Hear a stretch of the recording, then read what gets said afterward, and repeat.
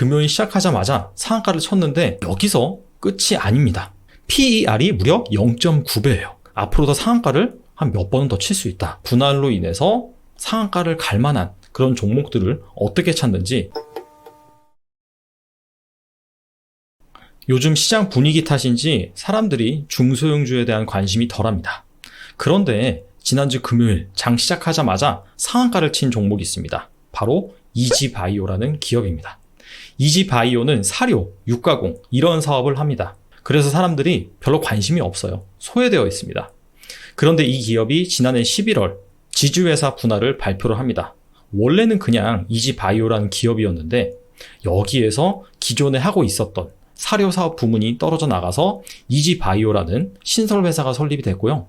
기존에 그냥 이지바이오는 지주회사 사업 부문, 즉 투자회사 사업 부문을 담당을 하는 이지홀딩스라는 기업으로 남아있게 된 것입니다. 이렇게 지주회사 분할을 발표를 하면은 일정 기간 동안 거래가 정지가 된 다음에 두 개의 회사로 나눠져서 거래가 다시 시작이 돼요. 그래서 4월 28일부터 6월 4일까지 거래가 정지가 되었다가 6월 5일날 이지홀딩스, 이지바이오 각각 두 기업으로 새롭게 거래가 시작이 되었습니다. 자, 그런데 이지바이오가 시작하자마자 상한가를 친 것이죠. 제가 유튜브를 맨 처음 시작했을 때 첫 영상 주제가 바로 두산 퓨얼셀, 두산 솔루스가 분할하고 나서 며칠 연속 상한가를 갔거든요. 바로 그 이유에 대해서 제가 영상으로 다뤘습니다. 간단하게 말씀을 드리면은 그때 당시에도 하겐다즈 비율을 들었는데 편의점이나 마트에 가면은 하겐다즈 500ml짜리 3개를 묶어서 싸게 팝니다. 그런데 저는 녹차 맛에만 관심이 있어요. 다른 맛은 사실 먹고 싶지가 않아요. 자, 그래서 고민을 합니다. 이 녹차 맛을 먹기 위해서 그 3개를 한꺼번에 사야 되느냐?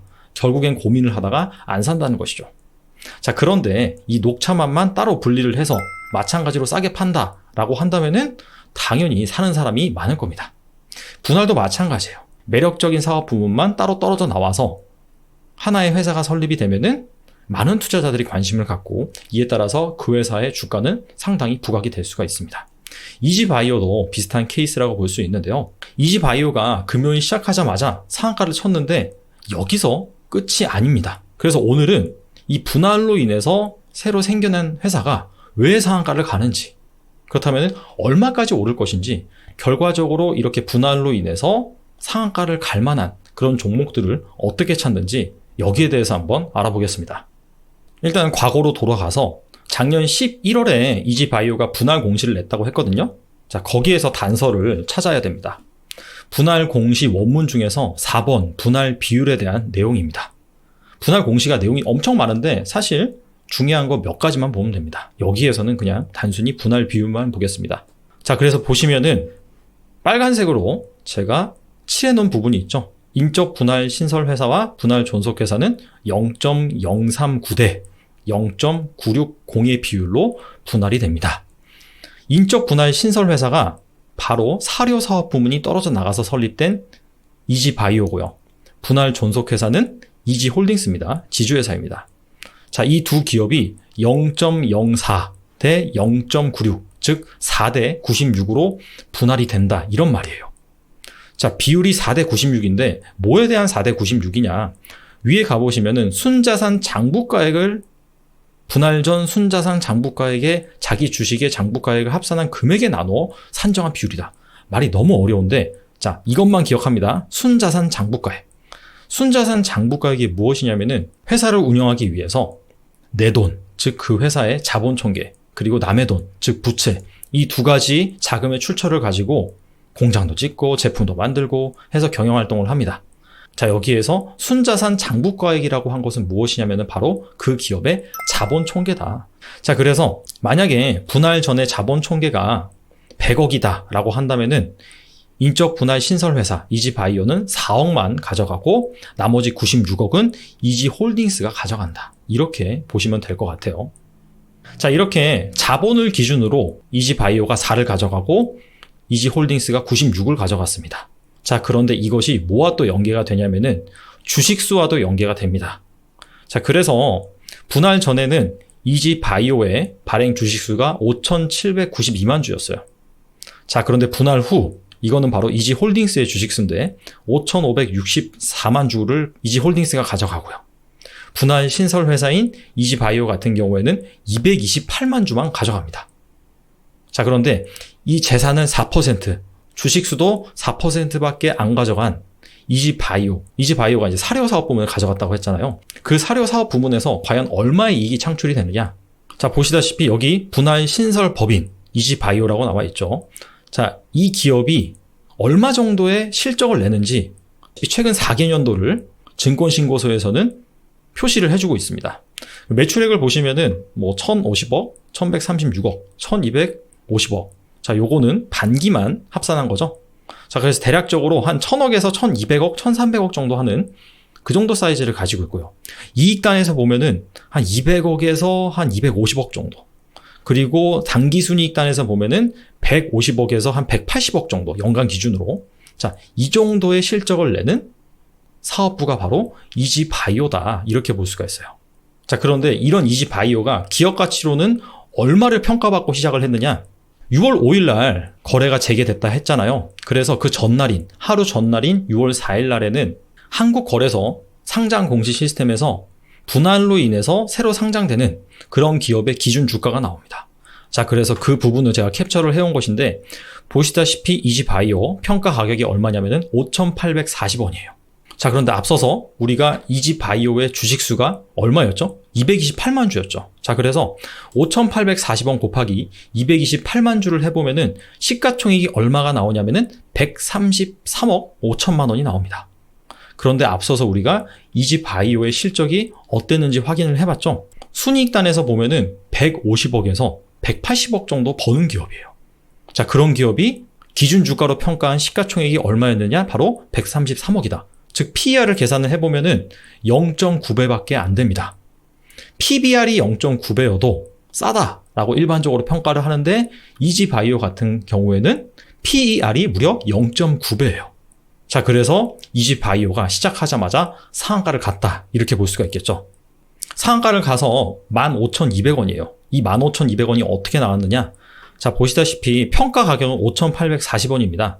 그런데 그 기업이 신규 상장할 때라든지 아니면은 분할해서 재상장할 때, 이때 보면은 시초가가 가장 높게 형성되는 경우에는 평가 가격보다 2배 정도 한도를 두고 있고요. 그 다음에 가장 낮게 형성되는 경우 같은 경우에는 평가 가격보다 반토막. 자, 그래서 여기에 최고가는 11,700원, 최저가는 2,920원이라고 나와 있죠. 그래서 이지바이오 같은 경우에는 이 평가 가격으로 보면은 PR이 1배가 안 돼요. 자, 그래서 2배가 떠서 시초가가 형성이 되고, 여기에서 바로 상한가를 갔기 때문에 15,200원이라는 주가가 나온 것이죠. 지금 상한가를 가서 15,200원이라고 해도 시가총액이 한 350억밖에 안 됩니다. 그래서 PER을 계산해 보면 여전히 3배가 좀 안 돼요. 자, 그런데 이지바이오와 비슷한 기업이라고 평가받고 있는 선진 이런 기업들 같은 경우에는 시장에서 주는 PER이 한 10배 정도 되거든요. 자, 이런 것들을 감안한다면은 앞으로도 최소한 한 2배 이상은 올라야 된다. 이런 논리가 성립이 되는 거죠. 그렇게 따진다면은 앞으로 더 상한가를 한 몇 번은 더 칠 수 있다. 자, 이렇게 볼 수가 있습니다. 자, 중요한 것은 무엇이냐면은 이렇게 분할이라는 이벤트가 발생을 하면은 극단적으로 저평가가 되는 그런 기업들이 나타날 수 있다. 자, 이런 부분이겠죠.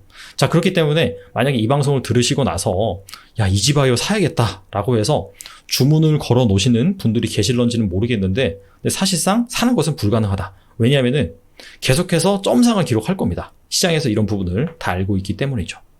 자, 그래서 이런 기업들을 발굴하고 투자하기 위해서는 사실 분할 전에, 즉 거래가 정지되기 전에 하나의 회사일 때 투자하는 방법밖에 없습니다.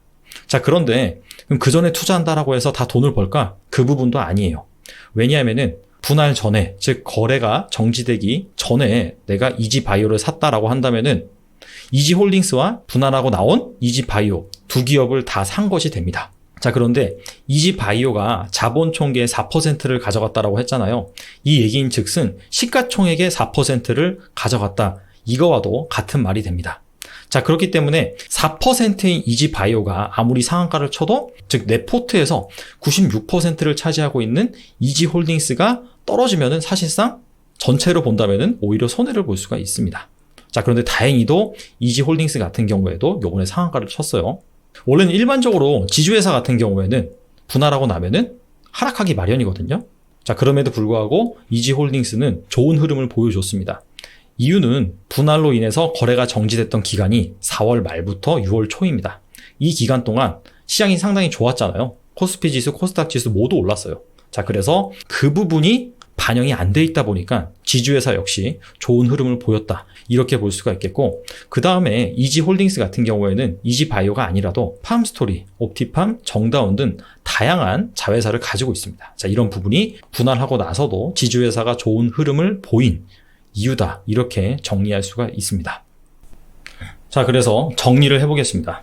첫 번째로는 분할 비율을 확인을 해야 된다. 지주회사와 사업회사가 분할이 되는데 원래 회사에서 핵심 사업 부문이 떨어져 나와서 이렇게 분할 신설회사, 즉 사업회사가 설립이 되는데 이지바이오처럼 극단적으로 사업회사가 낮은 분할 비율을 가져간다라고 한다면은 보시다시피 이렇게 분할이 되고 나서 거래가 재개됐을 때 주가가 엄청나게 오르는 현상이 발생할 수가 있다.